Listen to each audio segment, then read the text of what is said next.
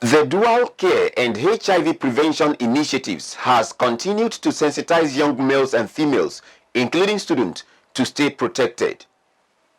The Group Executive Director and Board Chairman, Kogi State Agency for Control of AIDS, Roslyn Alabi, said the sensitization is part of activities to mark this year's World AIDS Day at the Government House, Lokoja. The group also worked on the streets of Lokoja to create more awareness and was joined by the network of people living with HIV and AIDS in Nigeria, NEP1. Our reporter has more.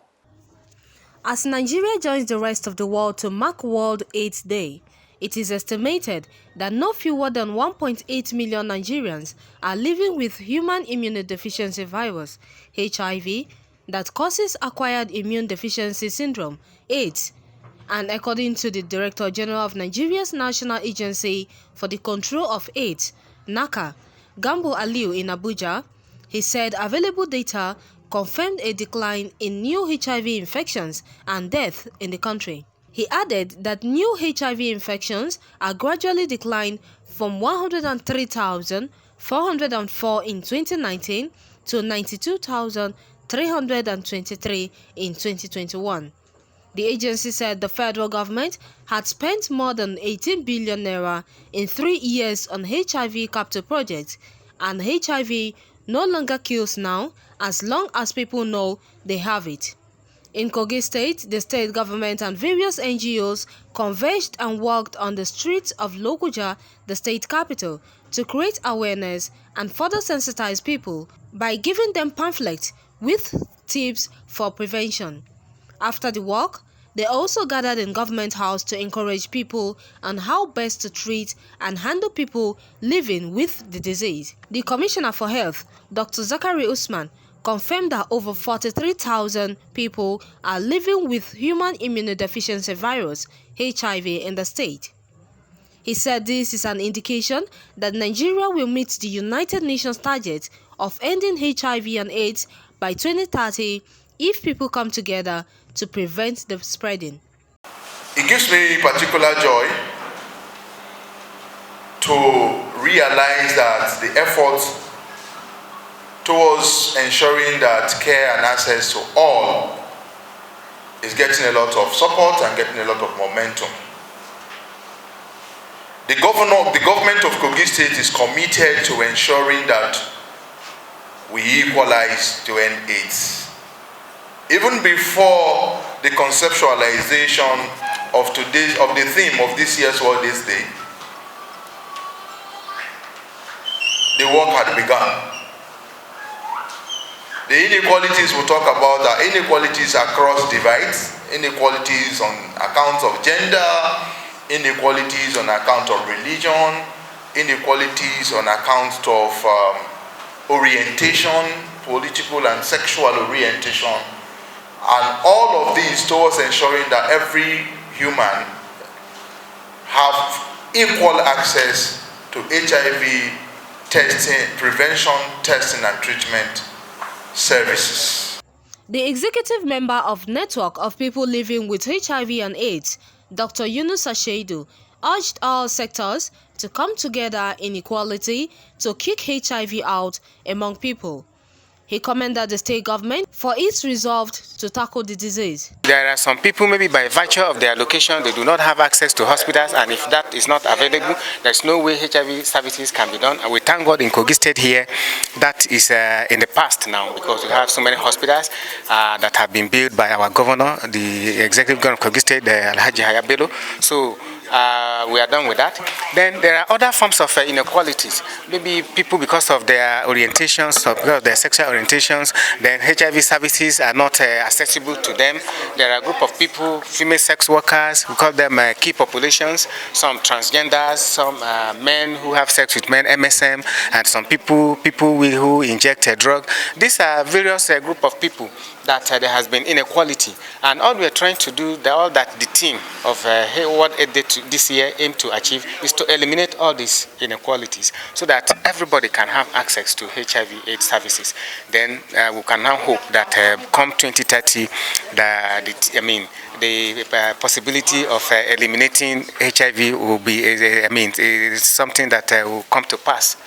Other members of various civil societies said, with the global theme for the 2022 World AIDS Day, which is Equalize, and the national theme is Equalize to End AIDS, equal access to treatment and prevention services, they call for prompt response of everyone to work together to address inequalities and help end AIDS. Look at some of our t-shirts, you see that it's written "is not over," meaning that in as much as we have achieved so much, following the data Pharmacist Bernard also presented about what we have reached, we are saying it's not yet over. We'll keep doing what we can to maintain it and keep it up there. In our program Beyond HIV Care and Support, we also render what we call the OVC program. That takes care of even people that are affected. We use that to encourage orphans and vulnerables to access education, access health, and make sure that they become what they want to become in life. I want to sincerely thank the government of this state for giving us the opportunity to contributing to the development work in general, and also assisting the people of Kogi in particular to make sure that the HIV scourge is controlled. When you are publicly being recognized by way of giving you an award, it's just calling for more responsibility, and I promise to do more, God helping me. 65% of those who are infected with the virus right now are young persons, especially young women. And so that is the target that we're looking at, focusing on, to ensure that we get to a point where we properly mobilize and capacitate these young persons to be able to take those decisions they need to take. Because one thing about HIV is that 85% of it is through sexual means. And so that sexual means that if you have the capacity to be able to take decisions you need to take, you prevent yourself from getting it. And that's what we're providing for young persons, to say there is a way we can do this that we have not been doing it before. And one of those ways is to mobilize communities to ensure that we reduce stigma, and we ensure that we have the necessary healthcare facilities and healthcare treatment that we have in our facilities, especially youth-friendly facilities. Our healthcare system is not geared towards that, and that's what we're really working on. And that's why we have stakeholders from the Ministry of Health to say, please, can we talk to those persons in your facilities to say, can they provide services that are youth-friendly? Again, to those who are political office holders, who are the resource, who are those who mobilize and allocate resources, we're saying we need to put more money into HIV and AIDS. It's not a very good thing that for the past 6 years, the Kogi Agency for Control of AIDS has not had funding for issues around coordination. Coordination is very important because an entity needs to bring everybody on the table, both implementers, both civil society, both communities, and both the public sector, to say this is how we should go about it. We need more funding to this sector. We need more funding to COSACA. We need more funding to civil society to be able to do their work. And so we're talking to the political office holders by saying, we want you to please allocate more resources. The spokesperson of people living with HIV pressed home their demands. We have some challenges that are affecting our members. So to highlight, one, most of us are indigent clients. This group, I must tell you that it's a weak and a vulnerable group of people as a result of the virus in our systems.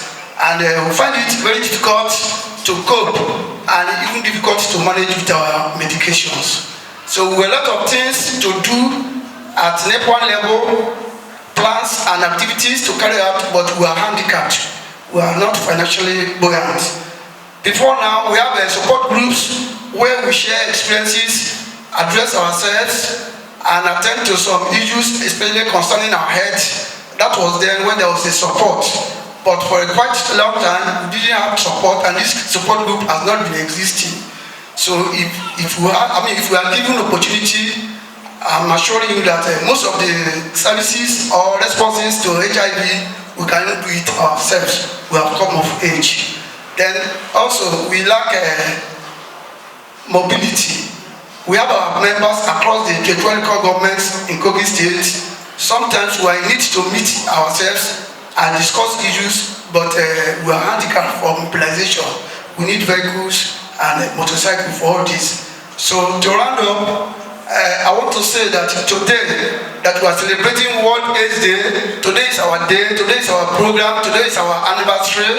So we want the good people of Kogi State to show care, love and support services to people living with HIV in Kogi State. So, thank you. He thanked the government for their present support. The government of Kogi State, relevant agencies, stakeholders, individuals and community to see it that as a need to funding HIV/AIDS responses and activities implementation in our dear states. Also, I wish to thank our partners in the state, CIHP and AHF, for their services rendered to us in the health facilities. Our special thanks go to the lead partner, CIHP, for the services rendered to us. And as I'm speaking with you all, most of us, that people living with HIV and AIDS in Kogi State are virally suppressed recently. The Group Executive Director, Dual Care and HIV Prevention Initiatives and Board Chairman, Kogi State Agency for the Control of AIDS, Roslyn Alabi, said her association has continued to sensitize young males and females, including students, to stay protected. He called for total support to take care of affected people. And we tell people it is not a death sentence. What we are concentrating now is on children. We have children that, as a result of mother-to-child transmission of HIV, they were infected because they didn't go to antenatal. We want sustainability because very soon the partners that have been, international partners that have been helping us, they are winding up. And by the time they leave the country or they leave the state, it will be very, very terrible. We'll begin to see death here and there. Now, we are not recording death because the therapy, the drug is very, very effective. But by the time they go out from the country, the impact will be so terrible. So we want to own it. We want to own our own drugs. We want to own our own treatment. We want to design our own activities according to our own peculiarity in Kogi State. So we want the government to scale up the funding and then to encourage the IPs that are still here so that they can do more. She said, if sustainability of services for HIV treatment is improved upon, testing and prevention will increase. Everyone will be well served and taken care of. The organizers used the occasion to recognize the state governor with an award for his doggedness to fight any health challenge cases in the state. The Health Commissioner, Dr. Usman Zakari, was also recognized among others. Khadijat Mohammed, reporting for MLC TV.